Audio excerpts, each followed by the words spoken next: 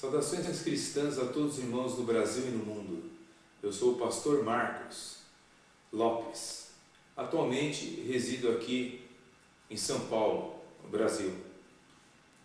Eu queria apresentar para você que é evangélico algumas distorções e desvios doutrinários que acontecem dentro do cristianismo bíblico e histórico. Deus não foi pego de surpresa. A palavra de Deus, a Bíblia Sagrada, nos mostra de uma maneira profética de que Deus iria permitir que a apostasia permeasse a Igreja de Cristo.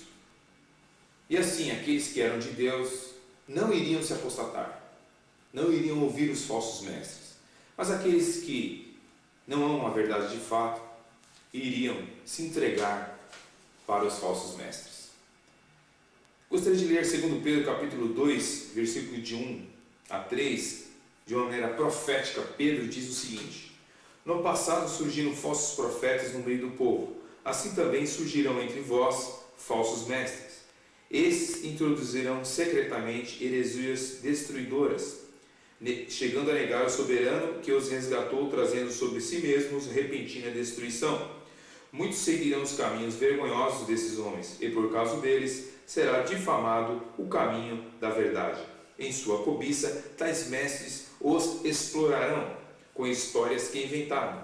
Há muito tempo a sua condenação paira sobre eles, e a sua destruição não tarda. Esse texto, escrito pelo menos aí há 2000 anos, nós percebemos aqui de uma maneira profética Pedro anunciando que os falsos mestres estariam entre a igreja cristã. Como houve entre o povo de Israel falsos profetas, também entre vós, igreja, haverá falsos mestres, falsos pastores, falsos profetas. Por quê? Porque Deus permite, e a destruição deles, ela já está decretada por Deus. Em sua cobiça, tais mestres os explorarão. Nas edições da Bíblia Ara e Arque, uma delas diz o seguinte: e farão comércio de vós, vos explorarão.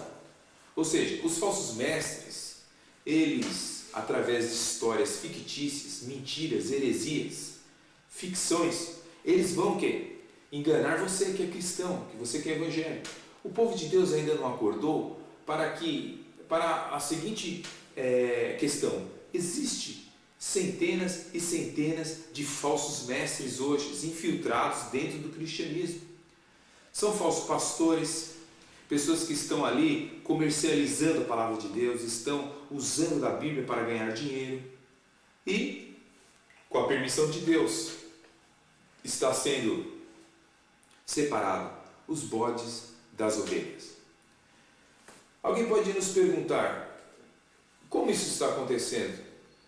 De várias maneiras, de várias formas.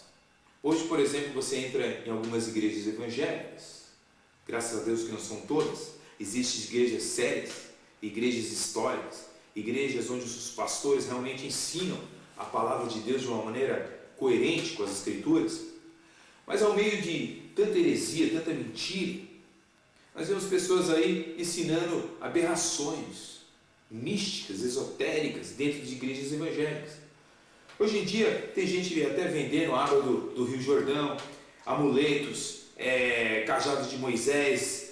Pessoas anunciaram no passado aí dentes de ouro, óleos de oliveira de Jerusalém, pentes santos do kit da rainha Esther, pulseiras abençoadas, rosa ungida, sal grosso, alho, todas essas aberrações, trombeta de Gideão. E existe até aqueles ministros seduzidos por um crescimento rápido da sua igreja, que até foram seduzidos por um tal de ensino chamado unção do leão, onde essas pessoas urinam em alguns lugares ali, demarcam seu território para que o inimigo não venha ter vitória sobre aquela região, sobre aquela cidade, sobre aquela igreja.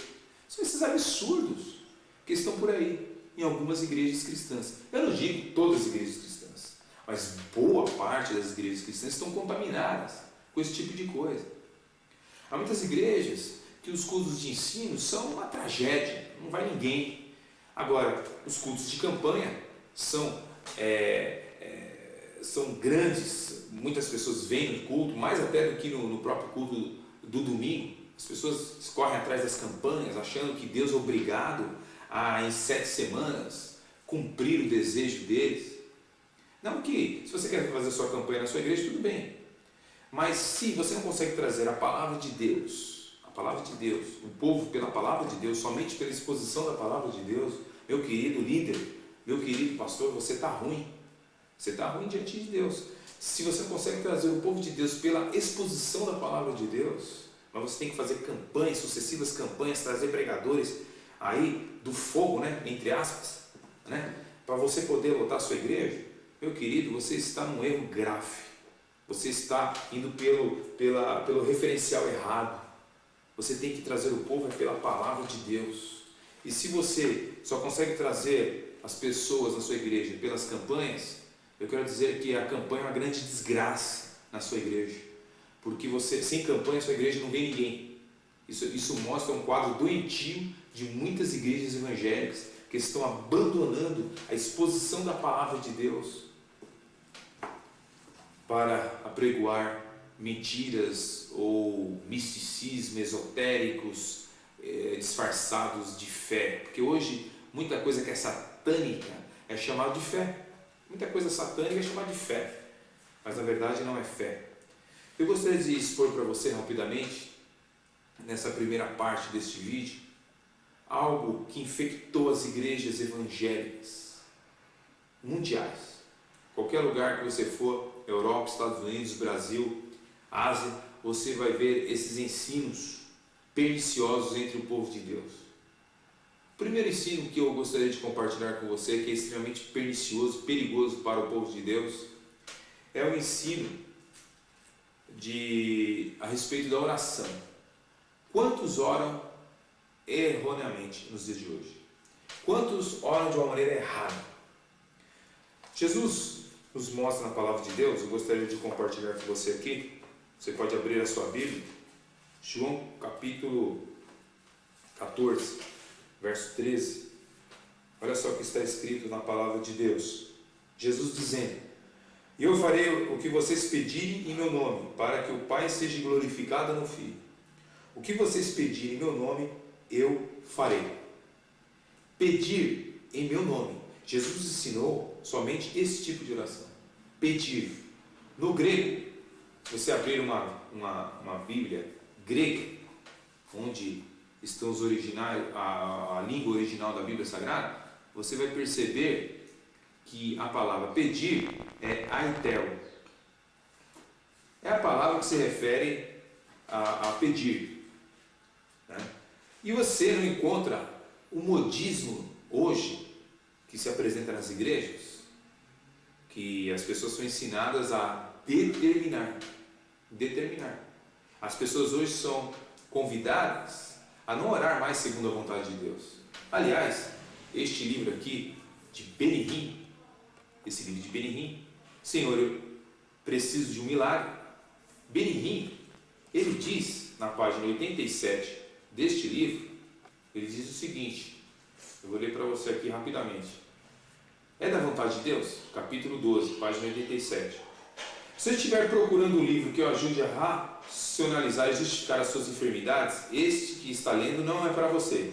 Não costumo pregar dizendo: se for a tua vontade, Senhor, cure essa pessoa. Deus quer curar. Você jamais me ouvirá orar dizendo palavras que possam destruir a fé, tais como: se for da tua vontade, Senhor, cure-os. Absurdo. Benihim ensina que você não deve orar segundo a vontade de Deus, mas você deve o quê? Exigir os seus direitos, determinar a sua vitória. Isto é uma aberração. 1 João 5,14. Tudo que orarmos segundo a vontade de Deus, Ele fará.